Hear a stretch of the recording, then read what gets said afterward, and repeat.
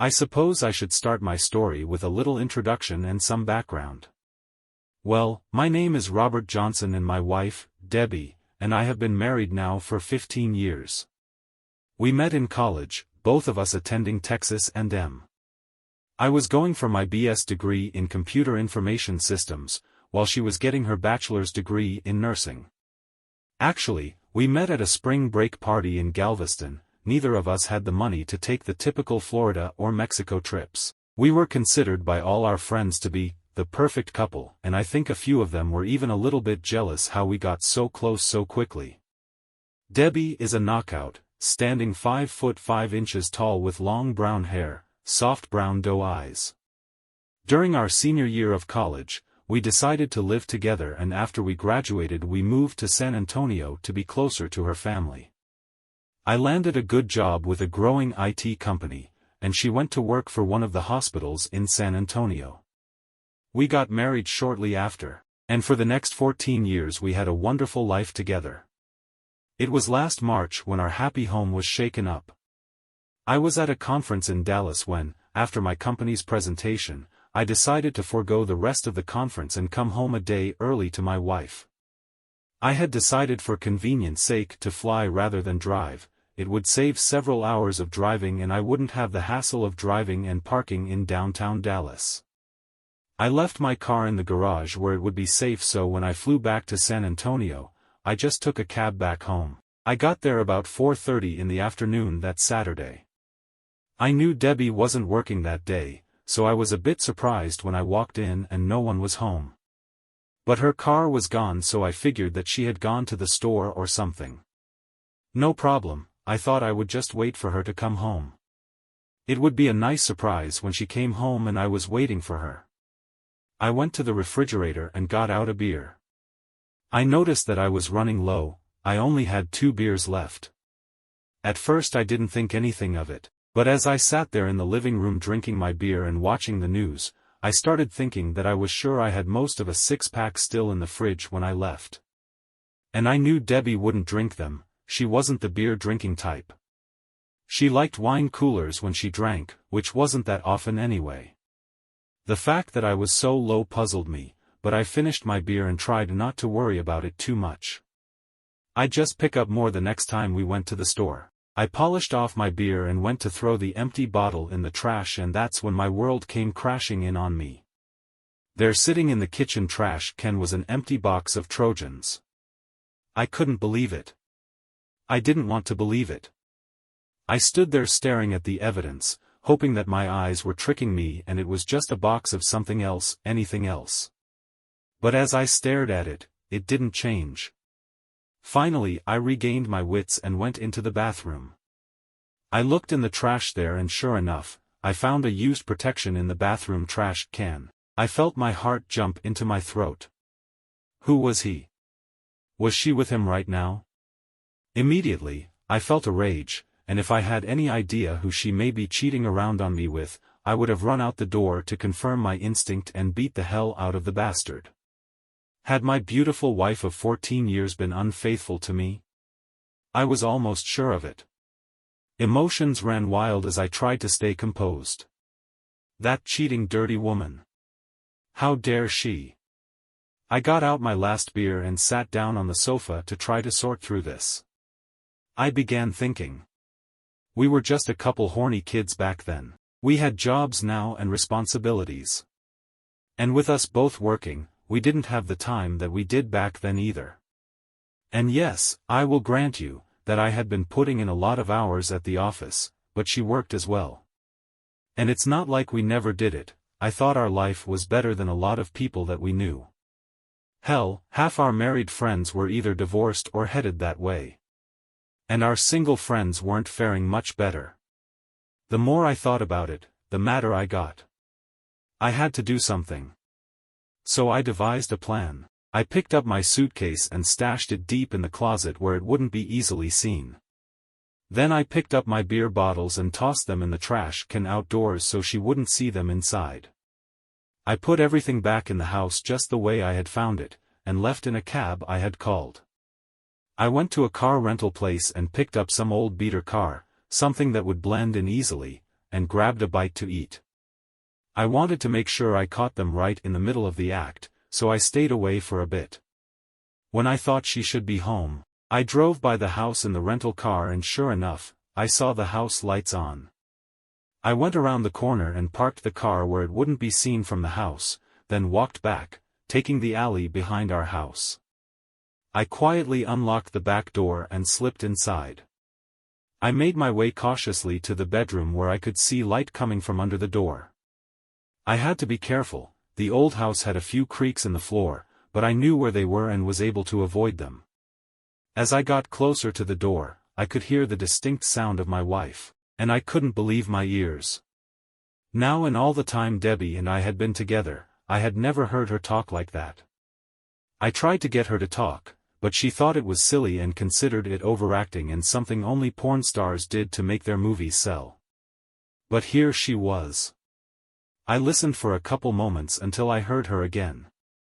I busted into the room to confront them and received yet another shocker.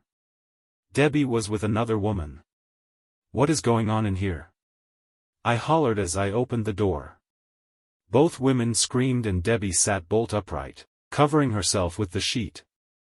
The other woman nearly fell out of bed trying to hide herself and I stood there in the doorway with my jaw on the floor, unable to believe what I was witnessing. My wife was cheating on me, with another woman? "Robert," she screamed, "what? How? When did you get back?" "Never mind me, explain all this. What is going on, Debbie?" I demanded. I stood there for a moment looking at the two of them. Both of them had a look of sheer terror on their faces, as if I was holding a gun on them both. I didn't wait for her excuse. I turned and walked into the living room and sat on the sofa, my mind reeling from what I had seen. I was sitting there, staring at the blank screen of our TV, when Debbie came in and sat next to me. "Baby," she said, "I'm so sorry. I don't know, no, never mind. Nothing I can say will ever change what I did or make it better. But I love you, I really do. Whatever I can do to try and make it up to you, I will." "How long?" was all I said. I didn't even look at her, I just kept staring at the turned-off television. "About 6 months. It started back in August. I met Jenny at the gym and we just hit it off so well," she said. I had noticed the wonderful changes in her.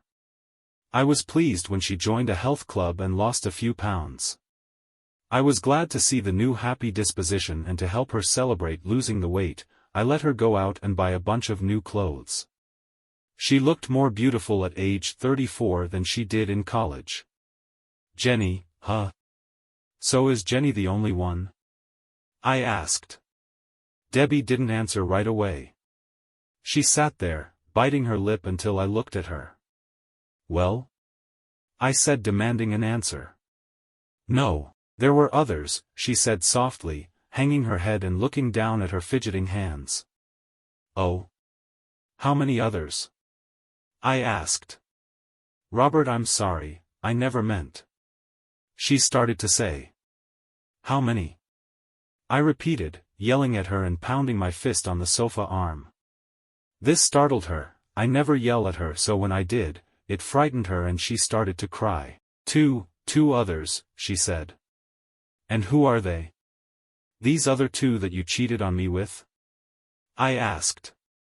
"Matthew Hendricks from the gym, and Billy," she said. "Billy?